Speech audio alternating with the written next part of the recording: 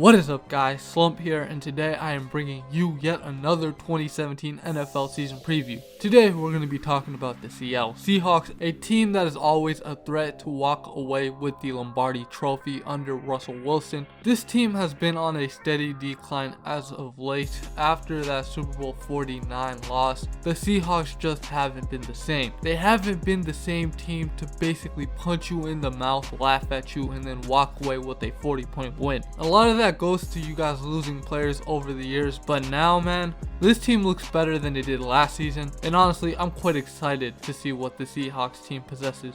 What is up guys, Slump here, and this is my 2017 season preview for the Seattle Seahawks. Now let's talk about the Seattle Seahawks current roster. We already know what you got at quarterback, Mr. Russell Wilson himself, aka Houdini. I hate him. I truly hate him for fantasy purposes solely, but listen here.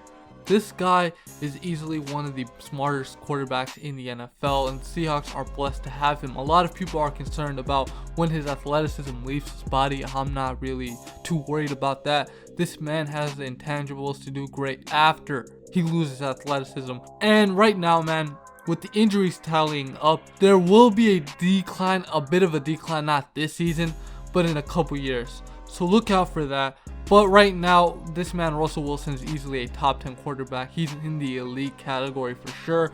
That game manager tag that's on him is blasphemous. But let's talk about the guys behind him. And you know how it's blasphemous. If you put Austin Davis in Russell Wilson's spot, is he going to lead this team to the playoffs? Absolutely not. It is a ridiculous claim made by idiots, but it is what it is. Trevon Boykin is a moron. That man has so many off the field issues. It is annoying. But let's talk about your tight ends, the position I really see stepping it up this year. We all know Luke Wilson, the dual threat tight end, the guy who can block, the guy who surprises people when he's in the open field. But Jimmy Graham, that is a name to look out for this year. Now, Jimmy Graham has not done much for the Seattle Seahawks. He's on and off, on and off, on and off. He is not the same Jimmy Graham from the New Orleans Saints, where Drew Brees would just air it out to him all the time. But Jimmy Graham should have an increase in production this year. This guy should be a get in fantasy football. He is going to be the man who makes or breaks the Seattle Seahawks offense. And I know the wide receiving core is still the same, but Jimmy Graham is going to take this receiving core to the next level this year. Mark my words. For the wide receivers, we all know who you got. You guys got Doug Baldwin, who is constantly in the top 10 statistical categories for all the receivers in the league. Tyler Lockett, who unfortunately got injured last season against the Arizona Cardinals. Paul Richardson stepped it up after Tyler Lockett went out. Hopefully he can continue playing at that same level he did. We all know about Amari Darboh, the young buck from Michigan. Jermaine Kearse, that is a player who I love. He's one of the few Seahawks players I actually like, but he's not that great. A lot of people saw him as a number 2 wide receiver. No, he is a number 3 at best. This man is inconsistent. He drops way too many passes. I don't trust him. But all in all, man, this receiving core complements Russell Wilson well.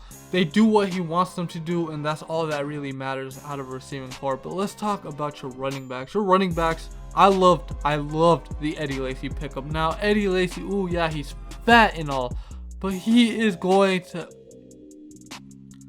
But let's not forget, he has the exact same running style as Marshawn Lynch. Eddie Lacy is easily the most talented running backs on the Seattle Seahawks roster, and we all know what Thomas Rawls was able to do last season. The misconception about this offensive line is they do pretty solid for the run game, okay? I don't care what y'all say. They just suck in pass coverage. But for the run game, you can put anybody back there and they get things done. So do not sleep on Eddie Lacy this year. However, with the 3-headed back the Seahawks currently possess, I would avoid him in fantasy football at least this year. Okay, I need to see what he can do behind that offensive line and how many snaps he gets, because we all know Thomas Rawls, when healthy, is a monster. And we saw what young buck CJ Prosas did last season. That man is nasty. Now, I kind of talked about the offensive line for a brief moment, but y'all added Luke Joeckel this offseason. What second overall pick was he from the Jacksonville Jaguars? He didn't pan out. He ended up becoming a bust. But hey, with these high overall draft picks, we all know they have something called potential, okay? The question is, can this man Tom Cable unlock that potential and get this offensive line looking great. George Font and Jermaine Ifedi, they need to step up. Those guys looked awful last season. Hopefully they can step up for this team. And a guy I want to see earn a guard spot is Ethan Pokic. If he wins it, man, I'm going to be excited for this new looking offensive line. Now, something underrated that the Seahawks have done this offseason is move on from Steven Hauschka. I was never a Steven Hauschka fan. I thought he was one of the most overrated kickers in the game. Last season, he basically ended his tenure in Seattle, whiffing a ton of easy kicks. With that being said, you guys added Blair Walsh, a guy that literally lost the game for Minnesota against y'all in the playoffs. However, he had a bad year last year. He got cut, and now he's in Seattle, where I believe he will revitalize his career. With your linebacking core, we know it's there, okay? Bobby Wagner, KJ Wright, and somebody who you traded, Kevin Pierre-Louis. Hopefully the guy you're getting back from Kansas City isn't just a special teamer, but let's wait and see. With your cornerbacks, we got Richard Sherman, top 10 cornerback still till this day. Jeremy Lane, who has been inconsistent throughout his career. He was doing great before he got injured, and last season he came back. He kind of underwhelmed from my expectations of him.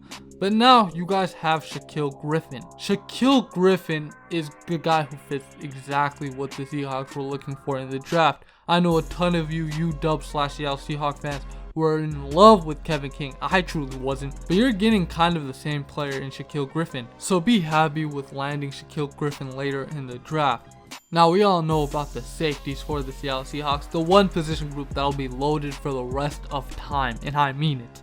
Right now, the Seattle Seahawks' two starting safeties, Earl Thomas and Cam Chancellor, both of those guys are all-pro caliber players, so I mean, you guys are set there. However, the two guys I'm very intrigued with, Tedrick Thompson and Delano Hill. Tedrick Thompson was a top 5 safety in my opinion in the draft, and you guys snagging him in the 4th round disgusts me, but it is what it is. Delano Hill, also a solid, strong safety for the near future. So, I mean, all in all, man, this safety core is loaded. After this, man, Earl Thomas and Cam Chancellor are out of Seattle. You guys are still going to be solid at your safety slots. The defensive line, basically the guys who lead this defense, and I mean it, okay? These guys are the most underrated aspect of the Seattle Seahawks team. Michael Bennett, Cliff Averill, Jaron Reed, and Althea Rubin. All 4 of those guys are starters on basically every team in the NFL. And on the outsides, you guys have 2 elite players in Cliff Averill and Michael Bennett. So the Seahawks are honestly loaded on defense yet again. And the crazy thing is, just like the safety, this team is going to be loaded for years to come. They picked up the brute Nazir Jones from UNC, and they got Malik McDowell from Michigan State. Malik McDowell he's a clown, okay? I mean, he got in an ATV accident before the season, but he's talented, okay? And if anybody is going to get this man's mind right, it's going to be the Seattle Seahawks. So I'm loving what the Seattle Seahawks have on the defensive side of the football, both veterans and young bucks. So this team is going to be stacked for years to come.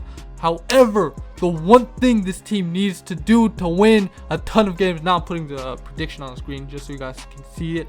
The Seattle Seahawks are going 11-5 in my prediction. The Seattle Seahawks start off hot, lose to the Los Angeles Rams. I mean, it's going to happen, okay? I had to put it on there. I'm not going to screw myself over.